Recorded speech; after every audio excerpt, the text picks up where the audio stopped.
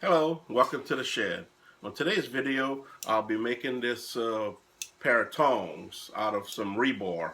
I'm not sure what size it is. I was thinking some 3/8 rebar. It's just something that I had laying around, and just wanted to see if I can do it to use when I do things in my forge. So let's get started. Before I start my video, I just want to show you my little forge that I use. It's just made with 6 bricks. It's insulating fire bricks. And all I did was stack 2 on the bottom, 2 on the top, and then 1 on each side on its sides.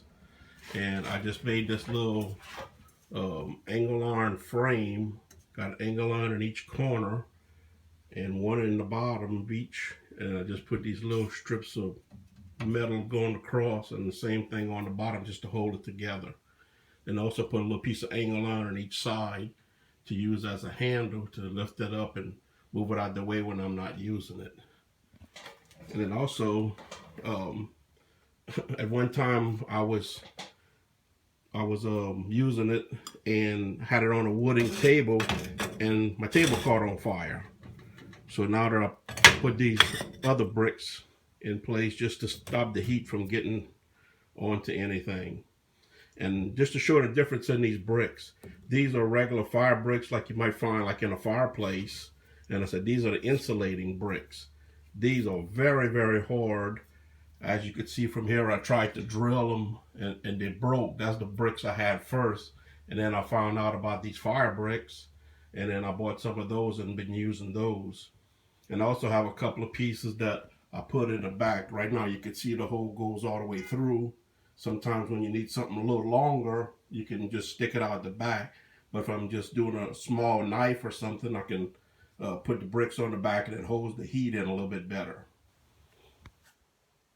Just to tell you a little bit about the actual burner, it's made with a 3/4 inch piece of pipe about 6 inches long, and I got a 1.25 inch, I think, bell reduce on this side, and 3/4 to 1 inch on the bottom.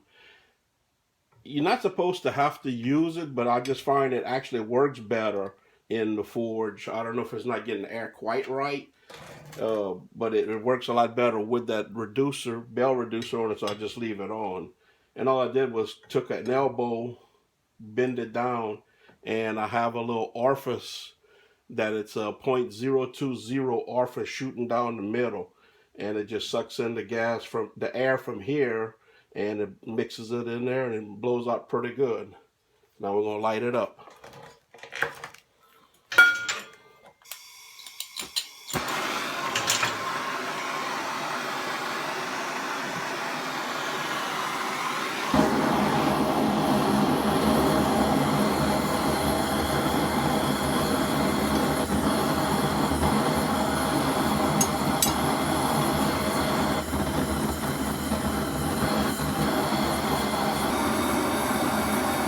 Okay, I'm gonna try to flatten out the ends.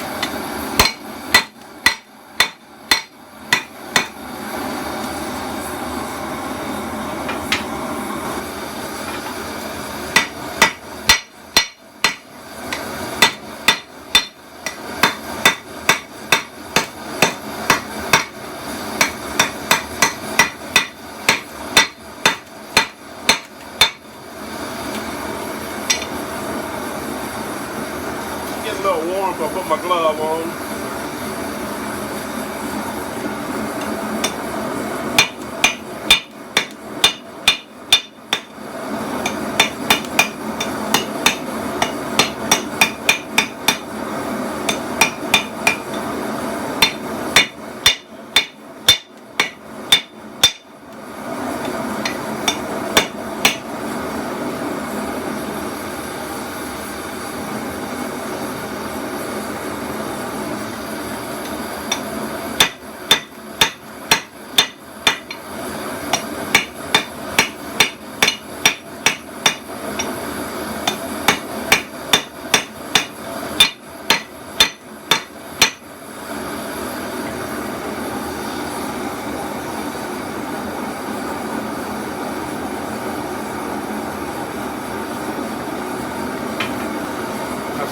so we can flatten out the part where it crosses, where we'll put a bolt in later. As you can see, that little forge gets pretty hot. That metal's glowing, the inside the forge is glowing pretty good.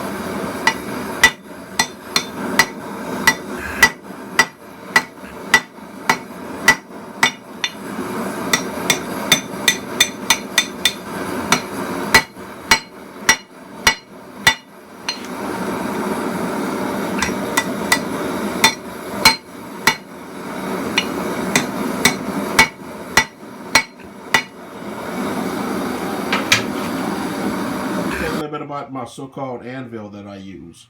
On this side, you can see we have a 4x4 and another 4x4 on this side, and in the middle we have a 2x4.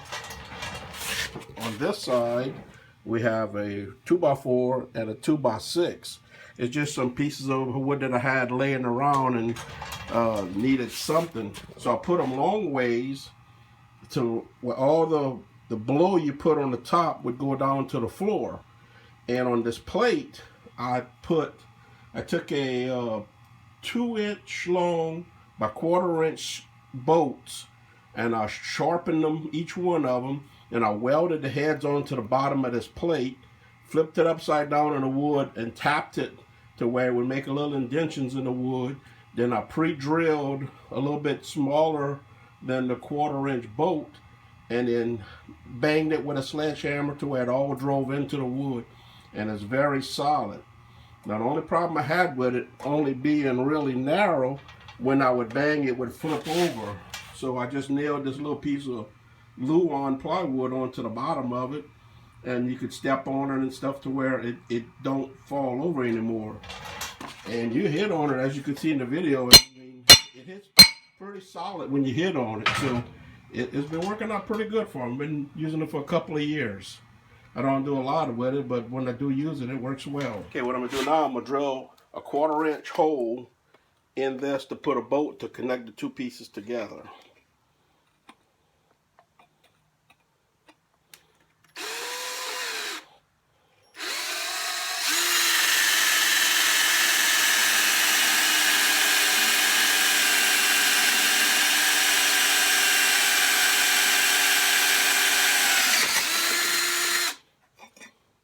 Go ahead and put the bolt in.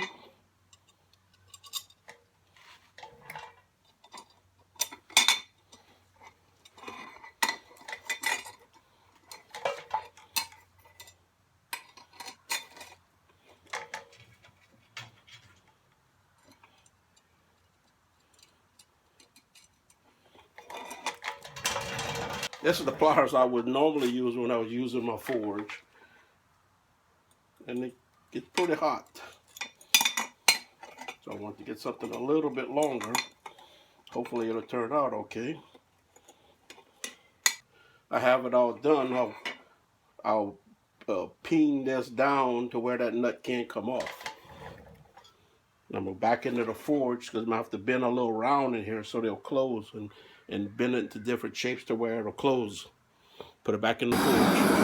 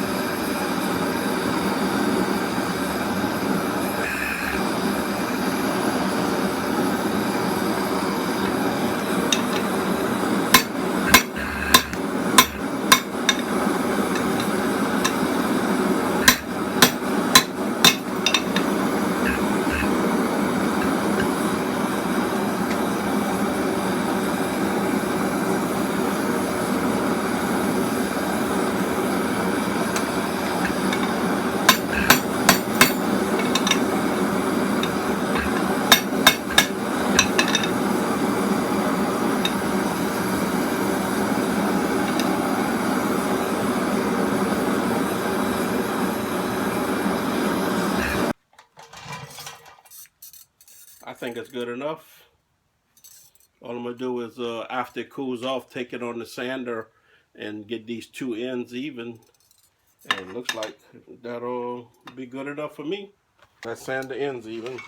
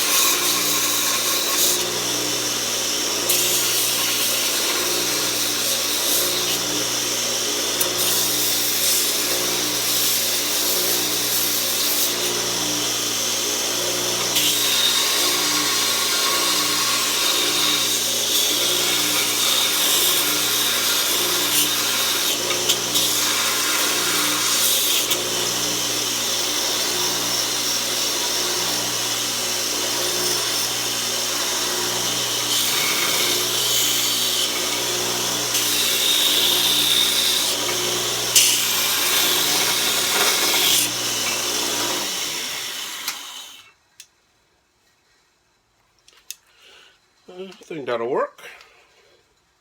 Now, this is the first time I ever forged anything, so if you want to make some comments, don't be too rough on me because I've never done anything like this before. But I think it turned out pretty good. And so what I normally would use is just these little pair of pliers, and they get pretty hot sometimes when you're trying to grab some metal in that little forge.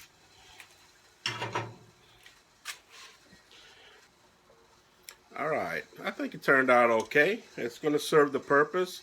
I know some of you are going to say it's probably too small, won't be very strong, but I don't use the forge for very much stuff. I use it to straighten up some lawnmower blades when I'm making my knives, and then heat treat the knives. I get them real hot to dip them in oil to quench them, and that's really about all I use it for. So I think this will work pretty good for me. I said the first time I've ever done anything forge-wise, I guess you would say. I've never made anything like this before, so I think it turned out pretty good. So if you want to make a comment, please don't be too hard on me. Thank you for watching.